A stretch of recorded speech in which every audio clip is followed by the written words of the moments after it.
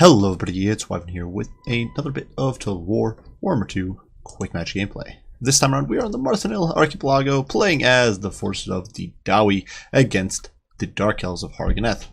And this is one of the few quick match games I've actually done in a while. I've kind of been between work, I've been in tournament play, and I've been doing Shadows public tourney recently, and doing quite a bit of Dawn of War 2 gameplay for Elite Mod. And between all of those things, I just haven't really had as much time as I would like for quick match. I've been doing a lot of custom games, testing that sort of stuff. And this is one of the fun games where I just got to play as Dawi, go super wide, and go have a bit of a fun slugfest of a match. Now, unfortunately, this is one of the maps that I really think is pretty bad. Of the new maps that CA did introduce, this is probably one of the less bad ones, I think, of the island maps. But it's definitely very small, very compact, and there isn't much room to maneuver, which I personally don't like. I do like maps that are at least somewhat bigger, give you a little bit more room. Even if it was just the same design of map, but just twice the size with more spacing, I think this would be a much better map. But as it stands, I think it's a bit meh. But regardless, going over the build here, it is a full 20 stack of Dwarves. I wanted to go as wide as possible against the Dark Elves and bring as much shooting as possible. So for my Lord, we are rolling with a Rune Lord. Honestly, the best choice if you're trying to be a sweaty tryhard. He is on his Anvil of Doom. He's got the Locus of Power. He does have Master of Grunny for that missile resist, Master of Wrath and Ruin, and Master of Negation, so he'll be able to reduce incoming damage, able to slow and control enemy units, and he himself is very tanky and nigh indestructible. Now, around him, we do have, well, quite an artillery battery. 2 bolt throwers. These are an okay unit. I know some of you guys have recommended them in the past, and definitely for their cost, they can hit pretty hard. For only 550 gold, they can often pierce through infantry ranks, kill a few models. They'll do okay against cavalry, chariots, picking at single targets, that sort of stuff. And even against artillery, they'll hold up okay. We then do have 2 cannons, who are, of course, the more heavy-hitting, punchy troops. 2 troll hammers in there as well to provide some both anti-large suppression and tools against chariots, as well as some counters to heavy infantry because they're splash and AP. 4 thunders, just to provide even more coverage, and then a whole bunch of miners. I do believe it was like 5 units of normal miners, 4 units of miners blasting charges, so definitely not a tournament legal build, but huge amounts of width here, and we're able to cover all angles. And this is another thing. On this map, your starting area is like this, your actual legit starting area. So you can't get any width, you can't get a good deployment at all. It's pretty god-awful. And this way with the miners, we're able to get a much wider zone of control and deployment. Now for my opponent, he did decide to bring a very assault heavy build. He actually didn't even bring a caster, which is pretty nuts. He did bring 2 Dark Riders to Superior Crossroads, who's Vanguard all the way into my face, probably expecting me to box up here, not expecting the miners, and these poor guys are trapped now, getting shot to death by artillery, thunders, and all that stuff. For his main line, my opponent does have a few Harganeth Executioners. The Blades of the Blood Queen are in there as well. He also does have 2 Death Hags to provide support. These guys both have Foe Seeker as well as the Witch Brew, which allows them to buff themselves and do quite a bit of damage. They're pretty potent against infantry, even armored infantry like Dawi, and especially lower end infantry. And he also does have Crone Hellebron, who does have the Murder Party. She does have Heroic Killing Blows, so she's going to be crazy tough to kill, and Cursed Blade for the damage, so she's going to be an absolute beast. Finally, there are a few Harpies to harass my backline, as well as a single unit of Raven Heralds. Definitely a bit of a narrow build. I definitely think that normally you're better off going wider with the Dark Elves, but we'll see how they perform here. And you can see the Dark Riders there firing on the move, actually put a few shots. I thought they fired on the move. Maybe they stopped and fired a bit. Hit my miners a bit, whittled them down. Now kind of running amok, and my artillery is probably doing some friendly fire as well, plowing through my own miners there. But we are taking these Dark Riders offline. In the meantime, my cannons are starting to smack these Raven Heralds, knocking 2 models down immediately. And my opponent definitely not having the best of times here. These guys really cannot hold up to artillery pressure. Dark Riders already removed from play. This unit whittled down by Thunders. So definitely we're off to an okay start. In the meantime, the Harpies, though, are going to bog down my miners, so very good play here from my opponent.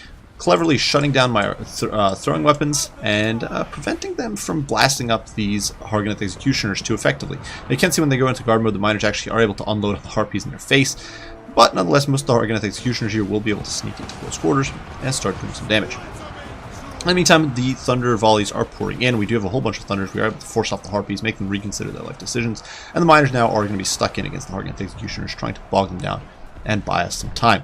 Now, unfortunately, the way that this map is designed, I really do, like I said, I kind of hate this map, but the way that this map is super compact, it makes it very difficult to get shots for me. I can't really maneuver to get better angles of fire, and my opponent, once he's able to get into this close quarters slugfest, he's just able to start grinding through my troops, and it's definitely a bit tough. I also was a bit slow on the uptake in pulling forward my troll hammers as well as my miners, and you can see those guys in the back only now moving forward to block off my opponent's approaches. Now, these Organized Executioners are going to be very difficult to shut down. One of the annoying things when you're playing against the Dark Elves is the fact that their leadership is stupidly high. Even normal Organized Executioners have leadership sitting in the 80s, I think. It's like 80 or 85 or something crazy like that, maybe even 90, which makes them borderline unbreakable. And stack that on top of Martial or Murderous Prowess or Murderous Mastery, and you've got a very annoying unit to deal with. Now, unfortunately for my opponent, he is actually kind of blobbing here on my Rune Lord, trying to assassinate him because I just sent the Rune Lord trundling in, looking to bog my opponent down, and now as he charges in, he's actually blobbing up for the Troll Hammers, who are going to start doing quite a bit of hurt. Over here, the Cavalry is diving in to try to shut down the Miners, and these guys are going to pivot in to shut them down, while the Thunder of Fire continues to pour in. And the Organized Executioner is not having the best time of it. The Cannon's able to farm some kills here on these clumped up troops. Definitely getting some value there. If we look, we can see these guys on 14 kills, 11. Getting some value, nothing crazy, but definitely trying their hearts out. These guys have 16, and keep in mind they're fairly valuable units we're killing. Unfortunately, the Thunders here are getting a bit bogged down, getting a bit caught by these Organized Executioners, and of course, the Executioners, especially with Murderous Prowess active, are just going to melt through my cheap trash. You can see their stats just monstrous right now. 48 melee attack, plus that bonus versus infantry, and there's just very little we can do. That said, the guns of the Dawi Empire are just unloading on these guys. Those Trollhammer torpedoes, or Dawi Panzerfausts, I like to call them, just pummeling these Executioners. And while they will be able to chop through these Thunders pretty quickly, it's not going to be quick enough if they're getting this badly peppered from all flanks. And unfortunately, I didn't have anything to sort of pincer these guys or hit them from the rear, but still, we are tying them down, going to be able to get rid of them. Now, Hellbrona here, getting in onto the fight, but in the meantime, our Miners here, blocking my opponent off. Gaze of Cain does go down, but rampages all these troops. They're all getting shot to death. These guys, you can see just that leadership holding them in. They're getting completely shot to death. They're getting pulverized from all flanks, and yet they don't break until now. They've got less than 600 HP left. Fortunately for me, my opponent did not choose to pursue my Rune Lord, so he's now able to come back into the fray, looking to sort of harass, rear charge, or help out his troops. We do hit these Organized Executioners over here on the flank with a Master Rune of Wrath and Rune, bogging them down. My opponent, at this stage, is starting to run out of steam. You can see balance of power shifting decisively in my favor. He does have some troops on the periphery that he's going to be able to bring back in, but at this stage, just too little too late. Once we're able to remove this Hero Squad from play, really, and you can see over here, the Death Hag charging in, and she's going to get Last Samurai really hard by that Withering Fire from the Thunders. I was having a horrible time. She's just completely stunned, just dropping her head in shame as she's pulverized by bullets and shot and shell and forced to flee. Though actually, it looks like she's actually going to get in, so maybe she doesn't flee. Still takes a few bullets there to the face, which is absolutely crazy. But our leadership is finally going to give way here, and we force her to back off. Fortunately, over here, this Death Hag is still in the fight, and Hellbrand is being a nuisance, so definitely it's going to take a little while, potentially. My opponent still has some troops. Now, the Organized Executioner is not really a threat. At this stage, a few shots from artillery will break their leadership, and you can see my opponent's army is going to start suffering army losses. Certainly, Hellbrand is in here doing some damage. Obviously, your Mortis Engine effect has some nasty consequences for me, but it's just not going to be enough, and it is going to be GG for the Dawi. So, Pyrrhic victory for the good guys. But all seriously, the match, definitely the map, it's just a, in my opinion, bad map. Being very narrow, very corridory. Now, obviously, my opponent here not bringing the most competitive build. Not bringing Caster. Very sort of memey with the Double Witch Elves and Hellbrand. Personally, if you're going as Dark Elves, my recommendation would be to bring a few Sisters of Slaughter and definitely go very wide. You don't want to, in my opinion, you don't need this many Organized Executioners. You definitely don't want the 2 Death Hags. Personally, I usually will bring like 2 or 3 Executioners, maybe the Blaze of Blood Queen in there. I usually don't bother with the repeater crossbows. Just use the Harpies in case your opponent has,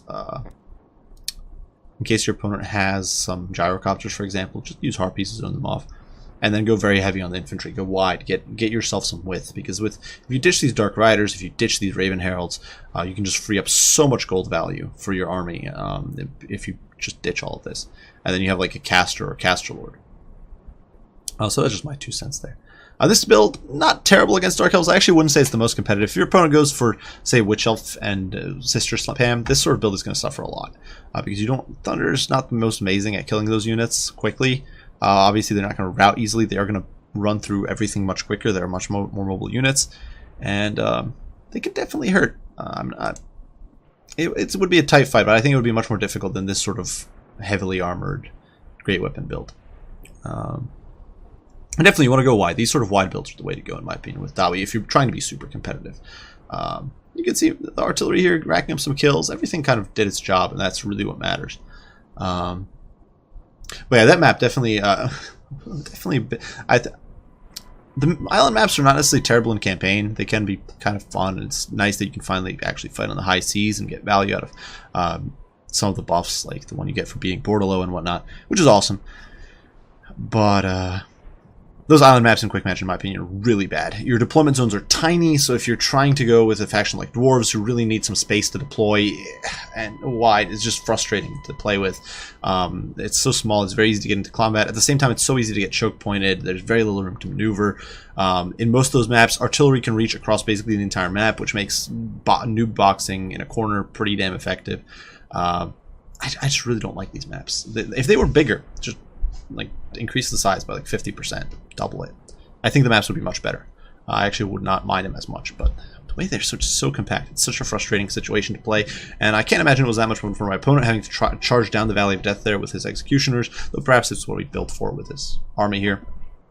At the same time, for me, it definitely wasn't that much fun having to sort of clump everything in, trying to get angles of fire on a situation where you couldn't get good angles of fire. So, just my 2 cents. Regardless, I do hope you guys enjoyed the video. If you found it entertaining and fun. If you have any comments, any criticisms, any questions, don't hesitate to post them, and I will do my best to respond as soon as I can. I do thank you all for watching, and I will see you all in the next one. Bye for now.